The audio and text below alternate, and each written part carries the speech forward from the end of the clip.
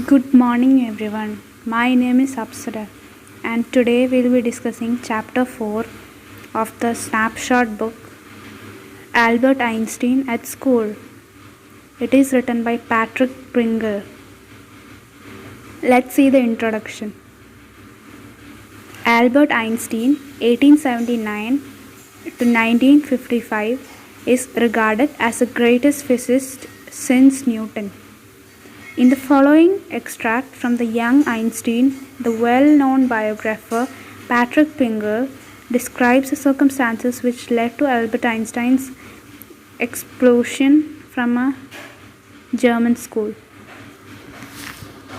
So this lesson is about Albert Einstein. He is considered as the greatest physicist since Newton. Then in the following extract, the young Einstein, the well-known biographer Patrick Pringle described the circumstances that led to Albert Einstein's expulsion from a German school. Why he was sent out from a German school. So let's begin the lesson. In what year, Einstein asked the history teacher, did the Persians defeat the French at Waterloo?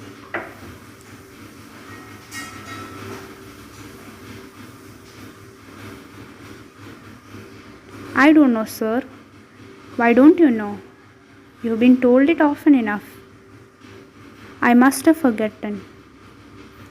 Did you ever try to learn? Asked Mr. Braun. No, sir, Albert replied, usually in his usual unthinking honesty. Why not? I can't see any point in learning dates. One can always look them up in a book. Mr. Braun was speechless for a moment. You amaze me, Einstein, he said at last. Don't you realize at once can always look most things up in books? That applies to all the facts you've learned at school. Yes, sir. Then I suppose you don't see any point in learning facts. Frankly, sir, I don't, said Albert. Then you don't believe in education at all? Oh, yes, sir, I do. I don't think learning fact is education. So the first paragraph over here, it is a conversation between Albert Einstein's history teacher, Mr. Braun, and Albert Einstein. So he's a young boy, and the teacher starts asking him a history question. He says, in what year? And the question he asked was, did the Prussians defeat the French at Waterloo? In what year did the Prussians defeat the French at the Waterloo? And Albert Einstein replies saying he don't know, sir. And then sir questions him, why don't you know? Why he don't know? And you've been told it often enough. It's common. And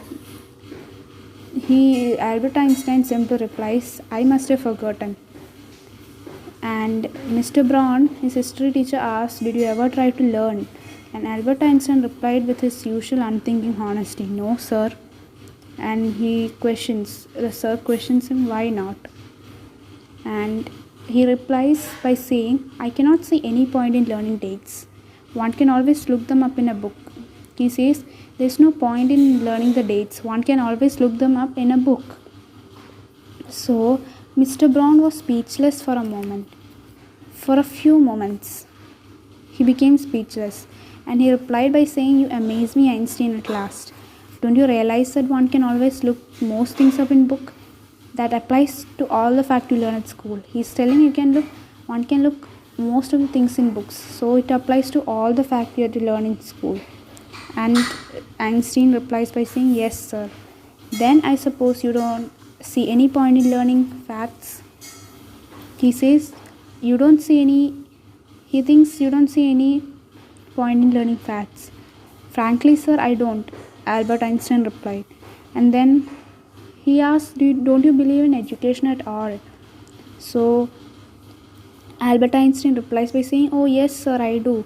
I don't think learning facts is education.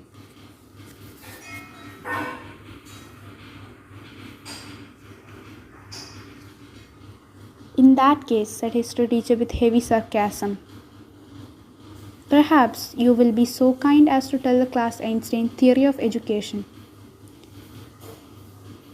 Einstein flushed. I think it's not the fact that matter but ideas, he said. I don't see the point in learning the dates of battles or even which the armies killed more men. I'd be more interested in learning why those soldiers were trying to kill each other. That's enough. Mr. Braun's eyes were cruel and cold. We don't want a lecture from you, Einstein. You will stay in for an extra period today. Although I don't imagine it will do you much good, I won't do the school any good. It won't do the school any good either. You're a disgrace. I don't know why you should continue to come. It's not my wish, sir, Albert pointed out. Then you are an ungrateful boy and ought to be ashamed of yourself. I suggest you to ask your father to take you away. Albert Einstein felt miserable when he left the school that afternoon. Not that it had been a bad day, most days were bad now anyway, but because he had gone back to the hateful place the next morning. He only wished his father he could take him away, but there was no point even in asking. He knew that the answer would be he would have to stay until he had taken his diploma. Going back to his longings did not cheer him up. His father had so little money to spare that Albert had been found a room in one of the poorest quarters of Munich. He did not mind the bad food and the lack of comfort, or even the dirt and the squalor, but he hated the atmosphere of slum violence. His landlady beat children regularly, and every Saturday her husband came drunk and beat her. So, here in this big paragraph, the teacher is telling, in that case, perhaps you will be so kind to tell the class theory of Einstein's theory of education.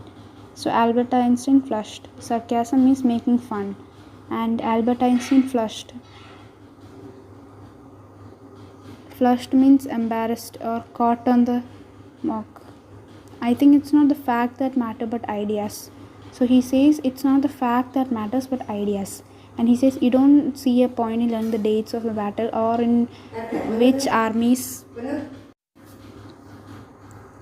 And he says there's no point in learning the dates of battle or even which of the armies killed more men. And he says you don't see the point in learning dates of battle or even in which the armies killed more men. And he will be interested more in those why soldiers were trying to kill each other. He want to know the theory behind why the soldiers were trying to kill each other, not the dates. And that's enough. Mr. Braun got angry and his eyes were cold and cruel. And he didn't want to lecture. So Mr. Braun got angry and he said he didn't want a lecture from you. Einstein will stay in for an extra period today. Although I don't imagine it will do you good. So he tells Einstein to stay in for an extra period. He'll have an extra class that day. And it won't do the school any good either. And he's telling it won't do any good for you or nor the school. So he says you are a disgrace. And he says I don't know why you should continue to come to school. And Albert Einstein says it's not my wish, sir. And then you are an ungraceful boy and ought to be ashamed of yourself. I suggest you ask your father to take you away. So he replies by saying, then you are an ungrateful boy and ought to be ashamed of yourself and should be ashamed of yourself. And I suggest, he says, to ask your father to take you away from the school. Albert felt miserable when he left the school that afternoon, and he was very sad when he left the school that afternoon. And not that it had been a bad day, but most days were bad now anyway, but because he had to go back to the hateful place the next morning. He's telling he left the school in the afternoon, and it has been not that it was a bad day. It was not because of bad day, but most of the days were bad now. But he had to go back to that hateful place the next morning. The only wish his father would take him away. He only wished his father would take him away. He wished his father would take him away, but there was no point even in asking. He knew what the answer would be. He would have to stay until he had taken his diploma. Going back to his lodgings did not cheer him up. Lodging means the place he stayed. So, going back to his lodgings, it did not cheer him up. His father had so much little money to spare that Albert had been found in a room in one of the poorest quarters of Munich. So, going back to his lodging also, the place he stayed also did not cheer him up. His father had little money and found a room in one of the poorest quarters in Munich. They were so poor, and he did not mind the bad food and the lack. He did not mind the bad food or the lack of comfort or even the dirt or the squalor, but he hated the atmosphere of some slum violence. His his landlady beat her children regularly, and every Saturday husband came drunk and beat her. So uh, he did not like going back to his lodging because father had so much little money, and he did not mind the bad food and the lack of comfort. So even the dirt and the squalor, but he hated the atmosphere of slum violence. He hated violence. He did not mind the bad food and the lack of comfort. And his landlady beat her children regularly, and every Saturday her husband came and beat her drunk. But at least you have a room of your own, which is more than I can say, said Yuri when he called around in the evening. At least you live among civilized human beings, even if they are all poor students, said Albert Einstein. They are not all civilized, Yuri replied. Did you not hear that one of them was killed last week in a duel? And what happens to the one who killed him? Nothing, of course. He is even proud of it. He is only worrying because the authorities have told him to not fight any more duels. He is upset about this because he hasn't had a single scar on his face to wear for the rest of his life as a bandage of honor. Ugh, exclaimed Albert Einstein. And there are these students. Well, you will be a student one day, said Yuri. So now this is a conversation between his friend Yuri, a student studying in the medical college, and Albert Einstein. So he complains to her, but she says, at least you have a room of your own, which is more than I can say. He called around in the evening, and at least you live among the civilized human beings if all the students are poor. He says, at least you lived among civilized human beings, even if all the students are poor.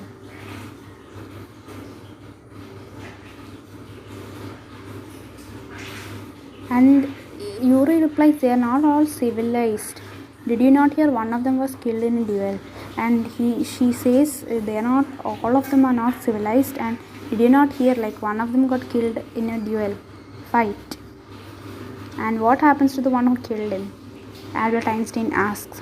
So nothing, of course. He is even proud of it. So she says nothing will happen to the one who killed him. He is proud of it, and he is not worrying that the authorities have told him to not fight any more duels. He is upset about this because he hasn't had a single scar on his face to wear for the rest of his life as a bandage of honor. Albert Einstein exclaimed. And then these are the students. Well, you will be a student one day, said Yuri.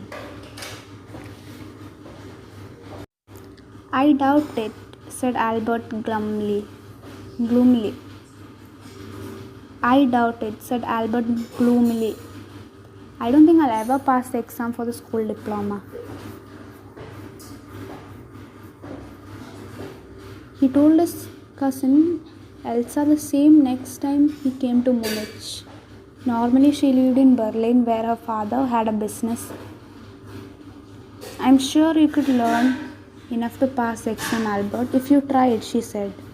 I know a lot of boys who are much more stupid than you are, who get through. They say you don't have to know anything, but you have to understand what you are taught. Just be able to repeat it in the exam. That's the whole trouble.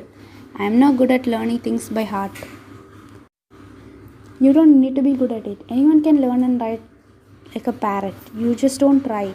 And yet I always see you with a book under your arm, added Elsa. What is the one that you're reading? A book on geology. Geology? Rocks and things? Do you learn that? No, we have hardly science at school.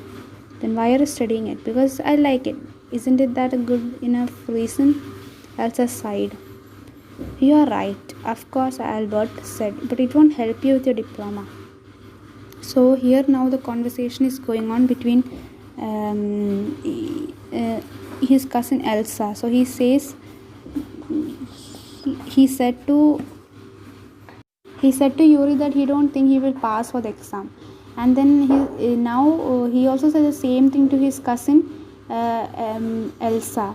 So she lived in Berlin. So her father had a business, and I am sure you could learn enough to pass the exam, Albert, if you tried, she said. And she said she know a lot of boys who are stupider than him and who get through. They say you don't have to try to know anything, but you have to understand that you are taught. So he's telling you don't have to know anything, but you have to understand what you're taught, and you have to repeat in the exam. I am sure you could learn enough to pass the exam if you tried. And he knows a lot of boys who are much more stupid than him who get through. So they say you don't have to know anything, but you have to understand what you're taught. They say you don't have to know anything, but you have to understand what you're taught, and you have to repeat in the exam. And that's the whole trouble, Albert said. I'm not good at learning things by heart. He said that's the trouble, and he's not good at learning things by heart.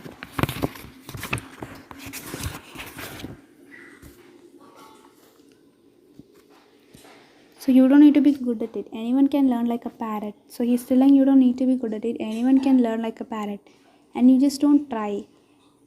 And yet I always see you with a book under your arm, added Elsa. What's the one that you're reading?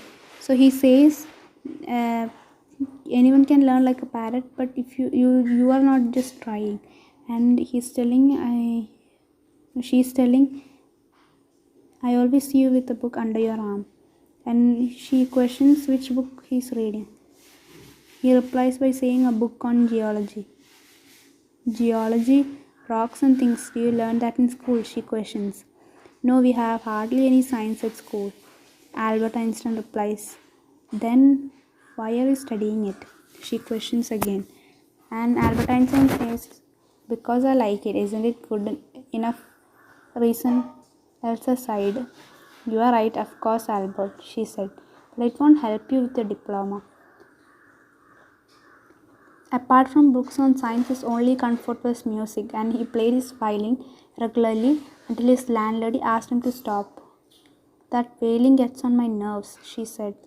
There's enough noise in the house, with all the kids howling. Albert was tempted to point out that most of the time it was she who made the howl, but he decided it was better to say nothing. I must get away from here, he told Yuri after 6 months alone in Munich. It's absurd that I should go on like this. In the end, it will turn out I have been wasting my father's money and everyone's time. It will be better for all if I stop now. And then what will you do? Yuri asked. I don't know. If I go to Milan, I am afraid my father will send me back unless his eyes gleamed with sudden idea. Yuri, do you know any friendly doctors? I know a lot of medical students and some of them are friendly, said Yuri. Doctor, no, I've never had enough money to go to one. Why? Suppose, Albert said, that I have a nervous breakdown, and suppose a doctor would say it's bad for me to go to school and I need to get right away from it. So the things apart from books on science, his only comfort was music. He used to listen to music and play violin, but it was stopped until his landlady asked him to stop, and she said that wailing gets on her nerves, and that's enough noise in the house with all the kids howling. And Albert was tempted to point out the most time it was she who made them howl, and he decided it was better to stay quiet. He replied to he said to Yuri, I must get away from here. After 6 months alone in Munich, it's absurd that I should go on like this. In the end, it will turn out that I have been wasting my father's money and everyone's time.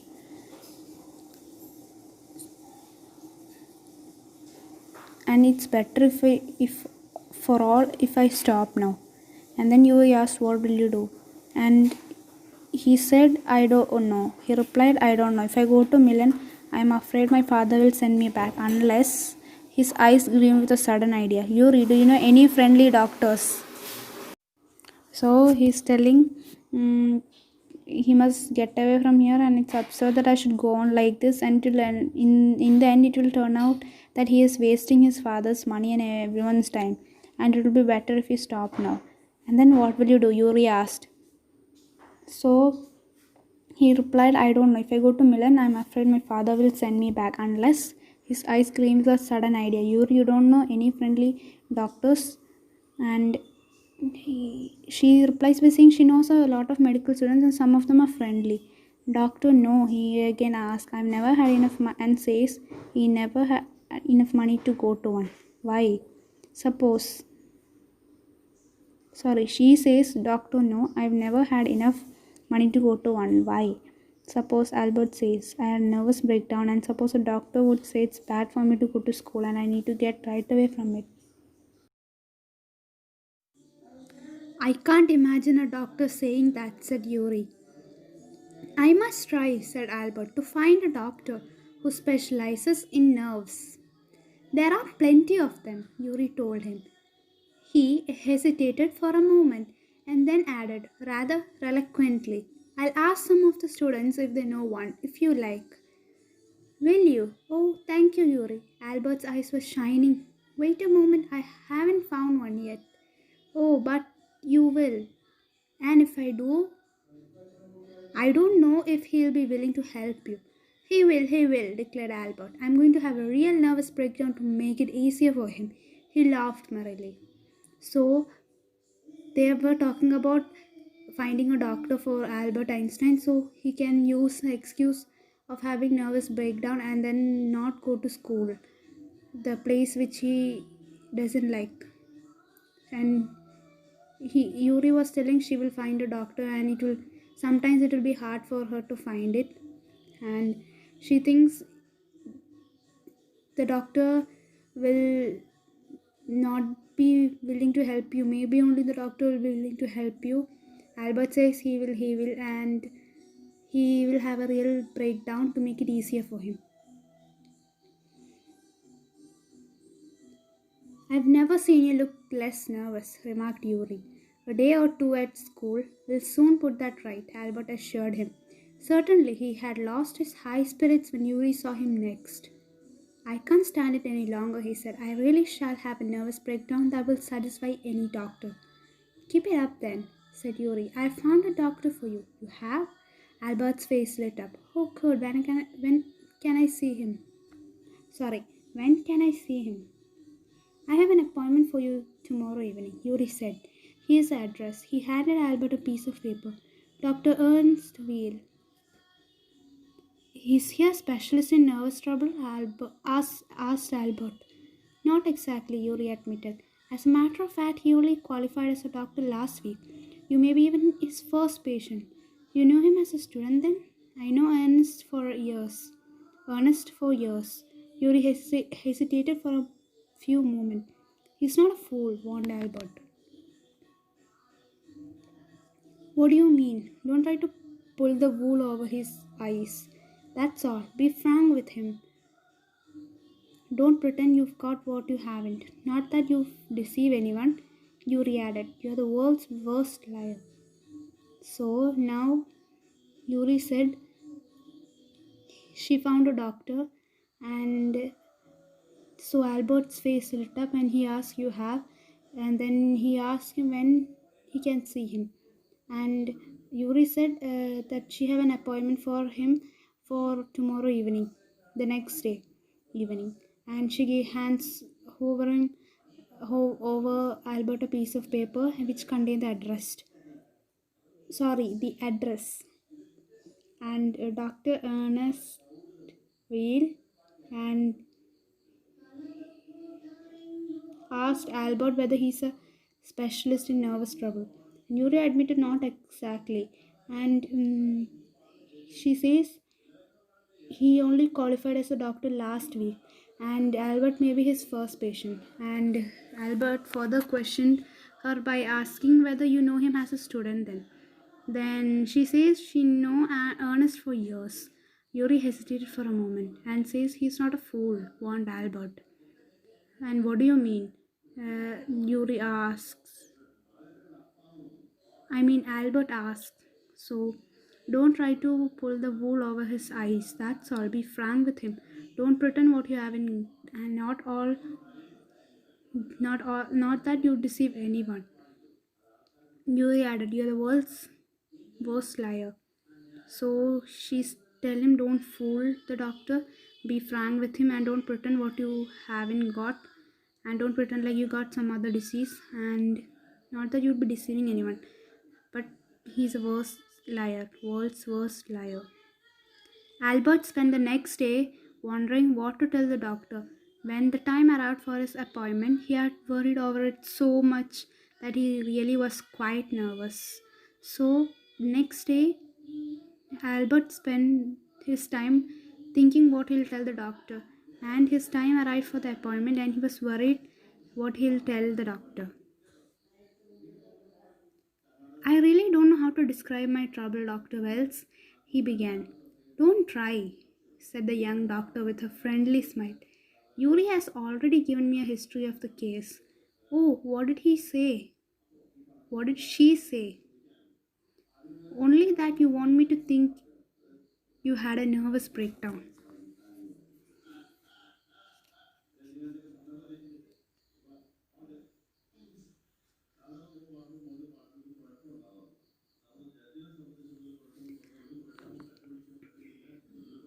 "Only that you want me to think that you had a nervous breakdown. Says you mustn't go back to that school." "Oh dear," Albert face fell. "He shouldn't have told you that. Why not? Isn't it true then?"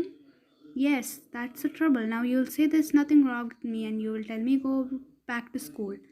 "Don't be too sure of that," said doctor. "As a matter of fact, I'm pretty sure you're in a nervous state about the school." "But I haven't told you anything about it," Albert said, wide-eyed. "How can you know that?" "Because you didn't have to come to see me thus if you hadn't been close to a nervous breakdown.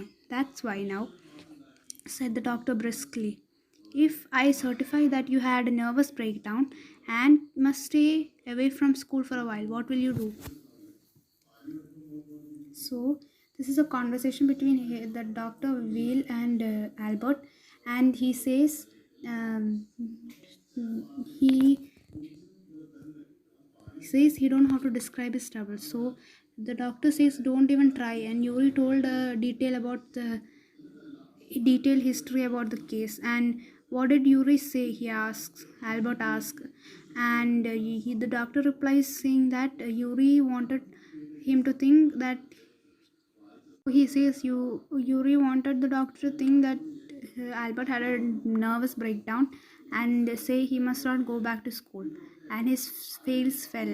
And Albert says Yuri shouldn't have told you that. "And why not? Isn't it true then?" "Then yeah, but that's the trouble," he says, "and you'll say there's nothing wrong with me and you'll tell me to go back to school." "Don't be so sure of that," said the doctor. "As a matter of fact, I'm pretty sure that you're in a nervous state about that school." "But I haven't told you anything about it," Albert said wide eyedly. "How you know that? How can you know that?" "Because you wouldn't have come to see me about this if you hadn't been pretty close to a nervous breakdown. That is why now," said the doctor briskly. And he says, "If I had certified that you had a nervous breakdown and you must stay away from school, what will you do?" And Albert replies by saying he'll go to Italy, to Milan, where my parents are. "And what will you do there?" "I'll try to get into Italian college or institute." "How can you get without a diploma?" "I'll ask my mathematics teacher to give me some about my work. Perhaps that will help me. I've learned all the math they teach at school and a bit more," he added when Dr. Will looked doubtful. So he says, uh, if he certified that you have a nervous breakdown and must stay away from school, he asks Albert, "What will you do?" And Albert replies by saying he'll go to Italy, where to Milan, where his parents are. And further, the doctor questions him and asks him what he will do there. So Albert replies by saying he'll go into an Italian college or institute. And again, the doctor asks, "How can you without a diploma?" So Albert said he'll ask his mathematics teacher to give something about my work, and perhaps that will be enough. And since he learned all the maths at school and bit more, he added when the doctor Will looked so doubtful. And "Well, it's up to you," he said. "I doubt it will come off, but I can see you're not doing good yourself or anyone else much good by staying here. How long would you like me to say you should stay away from school. Would 6 months be alright? This is very kind of you. It's nothing. I've just only stopped being a student myself, so I know how you feel. Here you are, Dr. Well. Dr. Wheel handed him certificate and best of luck. How much? Nothing. If you have anything to spare, invite Yuri to a meal. He's a good friend of mine and yours too, I think. Albert had no money to spare but pretended he had and took Yuri out to supper. So he says he will get into an institute or Italian college with the help of his mathematics teacher because he learned school in maths in the school enough, and he added a bit more. And the doctor says he looked at him doubtfully and he says, "Well, it's up to you." And he says he doubt it will come off, but he says he can see that he's not doing yourself or anyone much good by staying here. And he further questions, should 6 months be all right and all. So Albert says this is very kind of you, and he says it's nothing. And the doctor said it's nothing, and I've just stopped being a student myself. He just finished his school and college and he got his work now, so he know how Albert felt. And here you are, Dr. Wheel handed him the certificate and said best of luck and wished him good luck for his future. And Albert asked how much the payment for his consultation, but the doctor replies by saying, "Nothing. If you have anything to spare, invite Yuri to a meal." And the doctor refuses the payment and says, "If you have anything to spare, invite Yuri to a meal. Good friend of mine and yours too, I think." Albert had no money to spend, but he pretended he had and took Yuri to supper. "Wonderful," he said after showing Yuri his certificate. "Yes, it's fine," Yuri agreed. 6 months is a good period. This way you won't actually be leaving the school, so if the worst comes to the worst, you'll be able to come back and carry on for your diploma. "I'll never go back to that place," Albert assured him. "I'm going to take the certificate to the head teacher tomorrow, and that will be the end of it. Don't forget to get a reference in your writing from your mathematics teachers first," Yuri reminded him. Mr. Coach willingly gave Albert the reference he wanted. "If I say I can't teach you anymore, and probably you'll soon be able to teach me, will that be all right?" he said. "That's saying too much, sir," said Albert. "It's the only truth, but all right, I'll put it more seriously." It was a glowing reference, and Mr. Coach made the point that Albert was ready immediately to enter a college or institute for study of higher mathematics. "I'm sorry you're leaving us, although you're wasting your time in my class," he said. "It's almost the only class where I'm not wasting my time," said Albert. "But how do you know I'm leaving, sir? You wouldn't have asked me for this reference otherwise." "I thought you'd wonder." "There's nothing to wonder about, Einstein. I knew you were going to leave before you knew yourself." Albert was puzzled. What did the teacher mean? He soon found out. But before he had a chance to ask for an interview with the head teacher, he was summoned to the head's room. "Well, it saves me the trouble of having to wait an hour or two outside," he thought. He hardly bothered to wonder why he had been sent for the vague suppose he was to be punished again for bad work and laziness. Well, he had finished with his punishments. "I'm not going to punish you," the head teacher said, to Albert's surprise. "Your work is terrible, and I'm not prepared to have you here any longer, Einstein. I want you to leave the school now." "Leave the school now?" replied Albert, dazed. "That is what I said." "You mean," said Albert, "that I am to be expelled?" So here Albert finally gets his certificate from the doctor and he shows it to Yuri. And Yuri says it's fine. And 6 months is a good period. This way you won't actually leave the school. So if worst comes, you'll be able to come back and carry on your diploma. And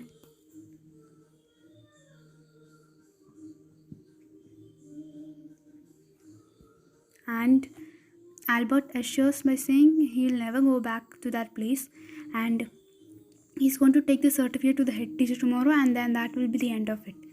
And don't forget to get a reference in writing from your mathematics teachers first, Yuri reminded him. Then Mr. Coach's mathematics teacher willingly gave Albert the reference note he wanted. And he says he can teach you with any more and probably will soon be able to teach me. Will that be alright? So Albert says that's saying too much, sir. But it's only truth, but alright, I'll put it more seriously. The sir replies.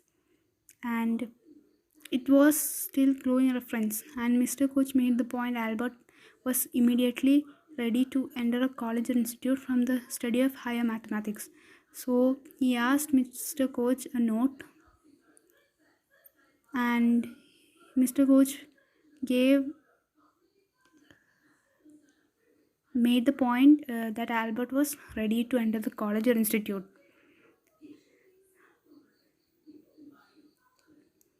His teacher says, I'm sorry you're leaving us, although you're wasting your time in my class.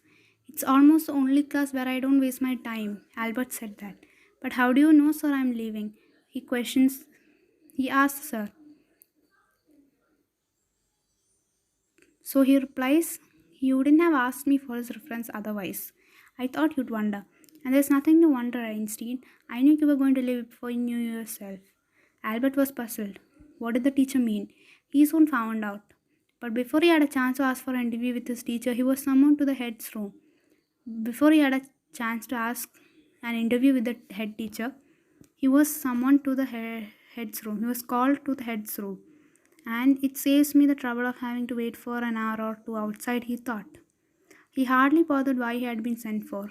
He supposed it was to be punished again for the bad work and laziness. Well, he had just finished his punishments. I'm not going to punish you, the head teacher said. Albert's surprised, and he says your work is terrible and I'm not prepared to have you here any longer.